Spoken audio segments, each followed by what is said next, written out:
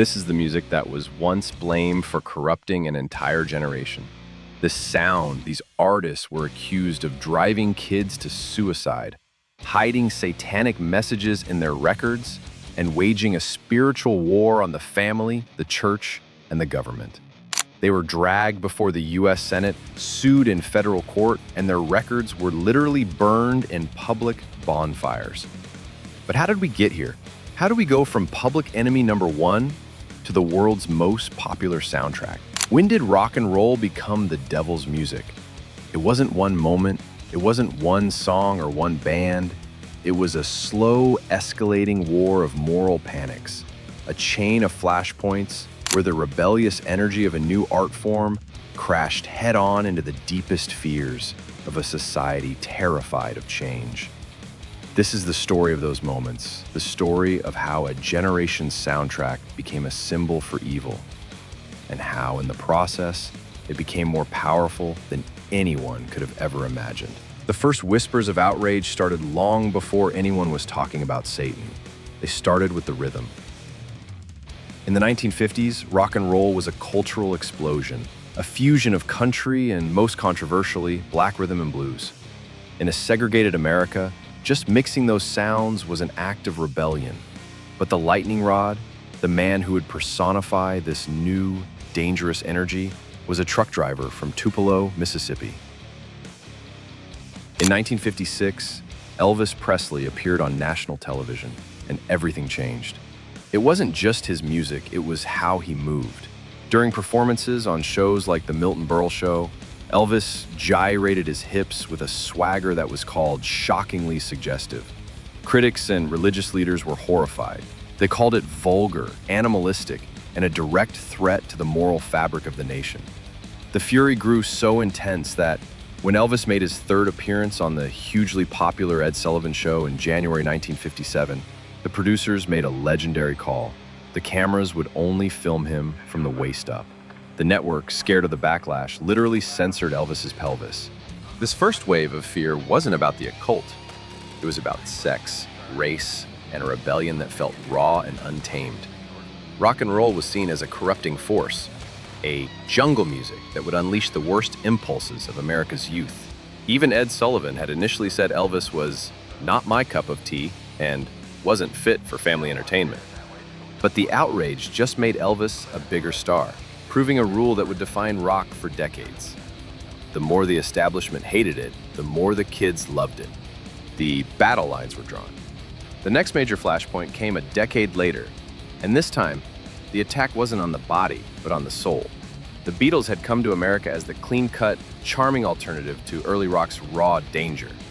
But in March 1966, John Lennon, talking to a London newspaper, made an offhand comment that would set the world on fire. He was reflecting on the decline of faith in England, observing that Christianity will go, it will vanish and shrink. We're more popular than Jesus now. When the quote first ran in the UK, nobody batted an eye. But 5 months later, an American teen magazine had an article completely out of context, and the United States erupted. The reaction, especially in the Bible Belt, was furious.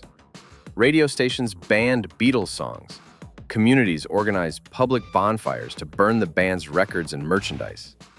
The Ku Klux Klan even picketed their concerts. The threat was no longer just about dancing. It was about blasphemy. Rock music was now accused of directly challenging God. Lennon was eventually forced to apologize, looking visibly shaken at press conferences during what would be the band's final tour. The whole affair marked a profound shift. It cemented the idea that rock wasn't just fun. It held a real, and to some, a dangerous, power in the culture. It could shape ideas and question sacred institutions. And as the 60s optimism began to curdle, the music would only get darker, feeding the fire for those who saw it as an evil force. If the 60s opened the door to controversy, the 70s kicked it wide open and let in something that felt far more sinister. Rock was changing. It was getting heavier, louder, more aggressive. And with this new sound came a new look, one that played with the dark, the macabre, and the occult. Leading the charge was a band from Birmingham, England, with a name that sounded like a horror movie, Black Sabbath. The band, in fact, took the name from a horror movie. Black Sabbath became ground zero for the satanic label in music. From their name to their use of the tritone, a musical interval once called diabolus in musica, or the devil in music, they built an image of doom and dread. Their album covers had spooky Gothic art, and their lyrics talked about war, destruction, and dark forces. To a public already seeing rock as a bad influence, Black Sabbath looked and sounded like the real thing. The band always said their songs were warnings against evil, not celebrations of it, that a song like War Pigs was an anti-war anthem. But in a moral panic, perception is everything. The imagery was all that mattered. This fear of open darkness was soon joined by a new, sneakier threat. A conspiracy theory that rock bands weren't just corrupting kids openly, but secretly too. This was the myth of backmasking. Backmasking is a studio trick where a sound is recorded backward onto a track that's meant to be played forward. Artists like the Beatles had used it for psychedelic effects, but in the 70s and 80s, a terrifying new theory took hold, pushed hard by Christian evangelists. They claimed rock bands were hiding subliminal satanic messages in their songs, messages that slipped past the conscious mind and delivered evil straight to the subconscious.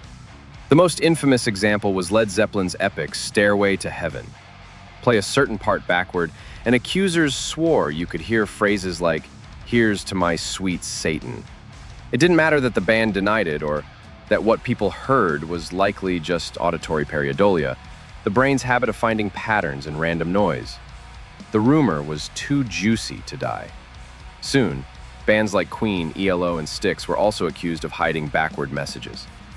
The record burnings started all over again, now fueled by this new paranoia. Backmasking was a game changer for the moral crusaders. Rock and roll wasn't just loud and rebellious anymore. It was now a Trojan horse, smuggling satanic propaganda into the homes of families. The devil wasn't just at the door, he was already inside, whispering commands from the grooves of a vinyl record. The stage was set for the panic to go from a cultural clash to a full-blown political war. It's wild to think how a rumor like that could catch on with zero real evidence. It really makes you wonder what you were told about music growing up. Let me know in the comments below. What was the most dangerous band according to your parents? Or what was the wildest rumor you ever heard about a rock song? And if you're enjoying this dive into music history, hit that subscribe button, because the panic was just getting started. Personally, I recall a time my mom asked if I had any of Ozzy Osbourne's tapes. I didn't at the time, but my older sister did. I don't know if they got tossed, or she lied and was left alone. The separate fears of the 70s, heavy metal's dark imagery, and the backmasking conspiracies all merged in the 1980s. With the rise of the religious right and the conservative mood of the Reagan era, the attack on rock music became an organized political crusade. And this crusade had a name: the PMRC. In 1985, a group of prominent women with deep connections in Washington, D.C., including Tipper Gore, wife of then-Senator Al Gore, formed the Parents Music Resource Center, or PMRC. Their goal was to get more parental control over music with themes they called violent, sexual, or drug-related. Their campaign launched with a brilliant media move, a list of songs they found most offensive, which they called the Filthy 15. The list was a mix of 80s pop and rock, targeting artists for different crimes. X for sex, V for violence, DA for drugs and alcohol, and O for the occult. Prince's darling Nicki made the list for mentioning masturbation. Metal bands like Merciful Fate and Venom were cited for occult themes. Even pop hits like Sheena Easton's Sugar Walls and Madonna's Dress You Up were on there for sexual content. Maybe the most bizarre was Twisted Sister's anthem, We're Not Gonna Take It, which was labeled violent despite having no violent lyrics, and a music video that was pure slapstick comedy. The Filthy 15 was a media sensation and led to one of the most surreal moments in rock history, a Senate hearing on September 19, 1985, to discuss porn rock. The hearing created a bizarre spectacle, pitting politicians against three very different musicians: folk singer John Denver, avant-garde genius Frank Zappa, and the glam metal frontman of Twisted Sister, Dee Snider. The testimony was legendary. Frank Zappa, in a full suit, delivered a calm, sharp, and brutal takedown of the PMRC's proposal. He called their plan an ill-conceived piece of nonsense that was a slippery slope to censorship, and expertly dismantled their arguments with pure logic. Then came Dee Snider. The senators probably expected a screaming, incoherent rocker, and Snider certainly looked the part with his massive hair and rock star clothes. But when he started to speak, from his prepared statement, he was stunningly smart and clear. He introduced himself as a 30-year-old married father, a Christian who didn't drink or do drugs. He then systematically destroyed the PMRC's interpretation of his music. He explained that his song Under the Blade, which Tipper Gore claimed was about sadomasochism, was actually about his guitarist's fear of throat surgery. His testimony was a powerful defense against judging art by its cover, accusing the PMRC of projecting its own twisted fantasies onto his work. While the PMRC didn't get the rating system they wanted, the hearing led to a compromise: the now famous parental advisory explicit lyrics sticker, which the record industry voluntarily adopted. But the war wasn't over. It was just moving from the Senate to the courtroom. The backmasking panic hit its legal peak in 1990 in a courtroom in Reno, Nevada. The band Judas Priest was on trial, sued by the families of two young men who made a suicide pact in 1985. The lawsuit claimed the band's cover of Better By You, Better Than Me had a hidden backmask message, "Do It," that forced the young men to shoot themselves. The trial was a circus. The band members sat in court while lawyers played their music backward, arguing over whether a faint sound was a subliminal command or just the singer breathing out. The judge eventually ruled that while there might be subliminal sounds on the record, they were accidental and not the cause of the tragedy. And he dismissed the case. Ozzy Osbourne fought a similar battle. He was sued multiple times by parents claiming his song Suicide Solution led to their children's deaths. Osbourne and the song's writer Bob Daisley always said the song was an anti-alcohol warning. Inspired by the death of AC/DC's Bon Scott, the solution was liquid alcohol, not an answer to life's problems. The courts threw out the lawsuits every time, citing First Amendment protections for art. These trials and the breathless reporting on daytime talk shows were the high point of the satanic panic. Rock music had now been officially accused, in the highest chambers of power and law, of being a literal instrument of death and damnation. I remember flipping through channels in the 90s when Metallica's Sanitarium caught my attention. That moment led me to watch the HBO documentary Paradise Lost, which tells the story of a group of teenagers who were wrongfully convicted of murdering 3 young boys, largely due to their appearance and the music they listened to. If you haven't seen it yet, I highly recommend checking it out. It's now a 3-part series. So, when did rock become the devil's music? It happened step by step, across 3 decades of rising fear. The fight began with the physical, the sin of Elvis Presley's moving body. It grew to the spiritual, with the blasphemy of John Lennon's words. It plunged into occult darkness with heavy metal imagery, became a conspiracy with the myth of backmasking, and finally blew up into a full-on political and legal war in the 80s. But here's the great irony in this whole story. Every single attempt to stamp out rock and roll, every protest, every lawsuit, every sticker failed. In fact, they backfired spectacularly. The constant opposition is what sealed rock's identity as the official music of rebellion. The outrage gave it power. That parental advisory sticker didn't become a warning, it became a badge of honor, a sign for young fans that this was the good stuff, the music the establishment didn't want you to hear.